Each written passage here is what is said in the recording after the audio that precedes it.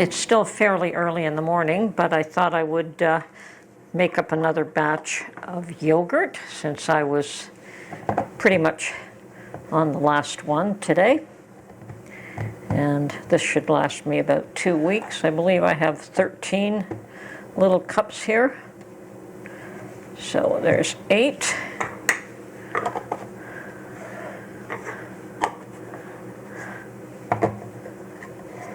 And yes, I could put them in one larger container and scoop them out, but I really do like the convenience of just pulling out a little container every morning when I want it. And yes, it is a little bit more work up front, but later on when I want to pull one out, it's a whole lot less work. So these are now going to go into my cooler, which I have pre-warmed with 2 jars of very hot water. And they will sit there anywhere from 7 to 9 hours in the warm cooler. And at that point, they will go into the refrigerator. Good morning, everyone. This is Tony from her Homestead Skills. Well, I did manage to get my yogurt all made up before I got myself cleaned up. And Mark has gone out early this morning ice fishing. On his way out, he did ask me if I wanted to join him on one of these trips. This is the second time he's gone ice fishing. And I thought, no. Sitting in a little hut with a couple of guys with a line in the ice, no thanks, not my idea of fun. Okay, some people might enjoy it, and that's all fine and dandy, but just not my thing. So you're welcome to it. Go out with the boys, enjoy yourself. I'll find something to do with my time. Non-issue. That is, I guess, one of the things that Mark and I have in common is that we have different interests, and we don't disallow the other individual to have their own interests, which is fine. The dilemma is sometimes coming together to do the same thing, although we do find opportunities for that as well. So, well, actually, let me get to this first. I have filtered out and drank some of my homemade cranberry juice. I filtered out the cranberries, and I am drinking the juice and enjoying it. Oh, that is so good. But there have been questions about what to do with the berries that you take out of there, and this is my second jar, and I have filtered out the berries, and I decided temporarily just to freeze them. I have considered making muffins, and that's probably what I'll do with them, is make cranberry muffins. And probably I do have an orange extract that I made, and I may add that to it. So perhaps even some orange, grate the peel and put some of that in. We'll see. But I do recognize that anything with cranberries needs a little bit more sugar because they are very much on the tart side.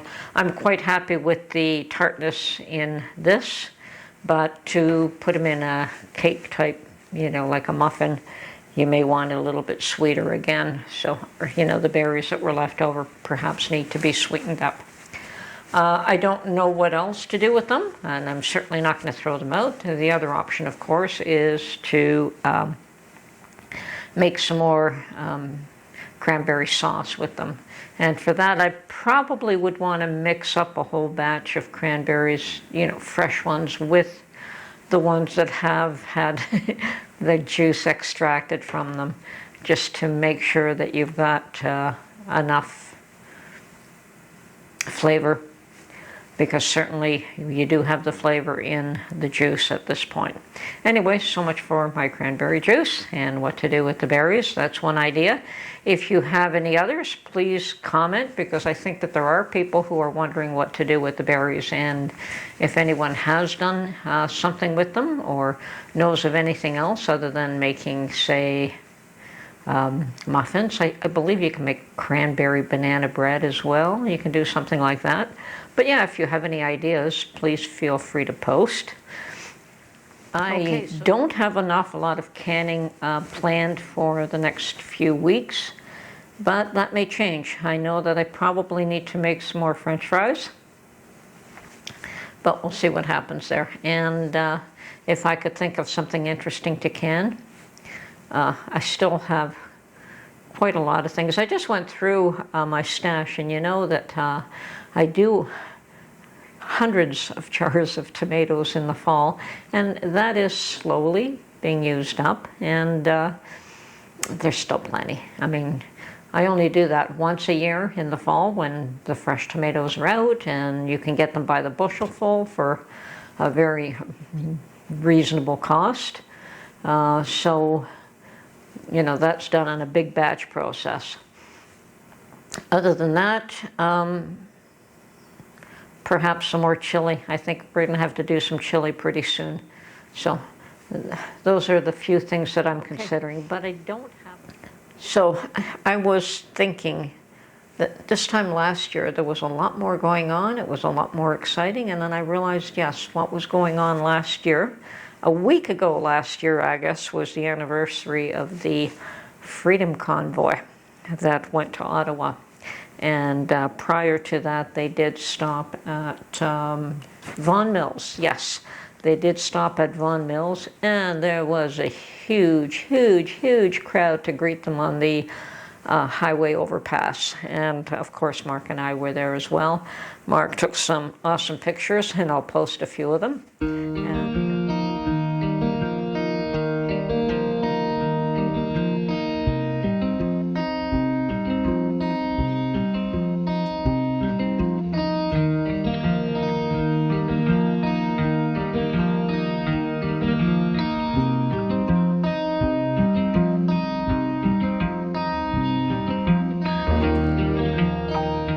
And yes, that was the great excitement of last year. And to say that people did not support this event and what was going on is you had to be there to know that just about everywhere along the road, from the West Coast to the East Coast, these people were supported. And there was a reunion apparently just recently in Ottawa, just a small one, a few hundred people showed up, but it was, I suspect, a reminder that they're still there, which I know they won't go away. This will not end. This will grow, but unfortunately the initiators of that Freedom Convoy suffered quite serious retribution for being the leaders of that group. And anyway, it isn't over. And apparently last week also in Hamilton there was another disruption of sorts with people protesting. They can say what they want. They can try to tell you that everything's all hunky-dory and everyone's a happy camper and Canadians are just free and easygoing people and they'll put up with just about anything, and in a lot of cases they do. But there comes a point where enough is enough and people fight back, and I'm seeing that everywhere. So there's no such thing as I need to be heard, therefore you have to shut down and you have to shut up and let me be the voice that is heard above the din. No, everyone's got a voice. There is such a thing as freedom of speech. In Canada, not as freely as in the US, but it's pretty close. I mean, we have hate speech laws, which I don't think the US does. But other than that, we have a right to free speech. And unfortunately, there is still recent indication that they're still trying to shut down certain voices. What with Newsmax being shut down recently, which is a shame. And One America News shut down last year. And we have the same thing in Canada. I think Rebel News had issues. But the interesting thing about what was happening with the Newsmax is that individuals are canceling their subscriptions. And it's happening in droves. So it's not a matter of, oh, we get to say what goes on and you have to accept it. People are starting to say, No, I don't have to accept it. I can fight back. I have a right.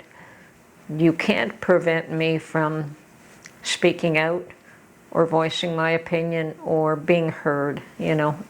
Not that I'm trying to prevent you from being heard, but that doesn't mean I should be prevented from being heard. And unfortunately, that seems to be the way it's gone. That the only way that some people feel that they can be heard is to shut everyone else down. That's not reality. Anyway, I'm going to show you a few pictures of the truckers, the Freedom Convoy, as it was termed last year.